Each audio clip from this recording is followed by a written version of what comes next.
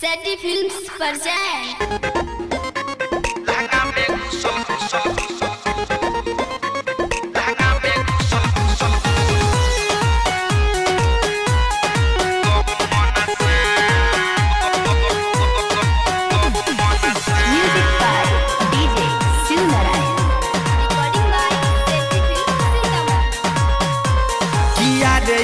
बापर हे बा लहंगा में घुसल गहूँ मन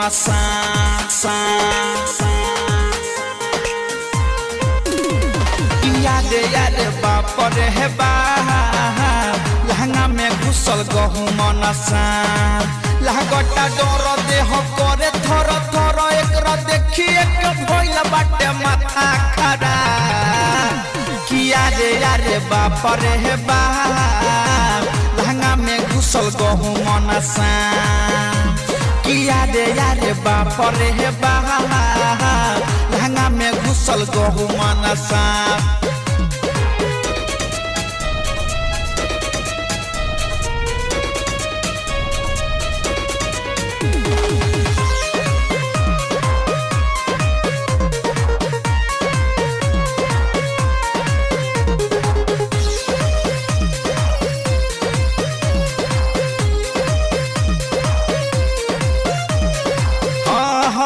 सजिया पसुतल रहनी गईनी डेराई लहंगा में हमारा गईल समाई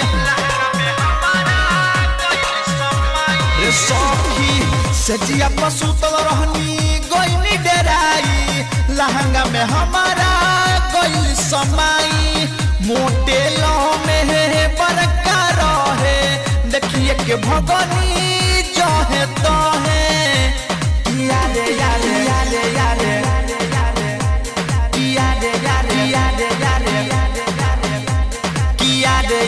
बापर हे बा लहंगा में घुसल गहूँ मन किया रे बापर हे बा लहंगा में घुसल गहूँ मन लहगटा डर देह करे थर थर एकरा देखिए के भइल बाटे माथा खराब किया रे बापर हे बा लहंगा में घुसल गहूँ मन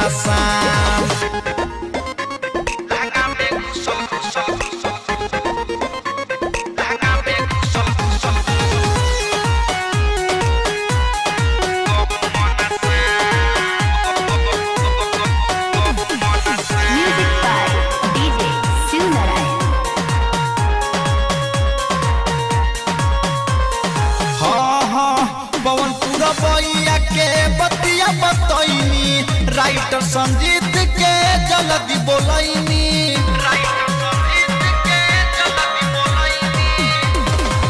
पवनपुर बइया के बतिया बतैनी राइटर संजीत के जल्दी बोलैनी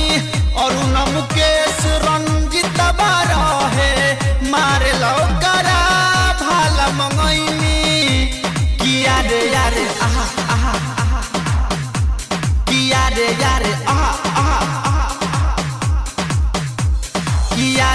रे बापर हे बा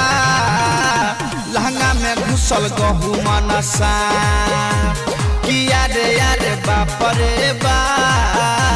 लहंगा में घुसल गहूँ मन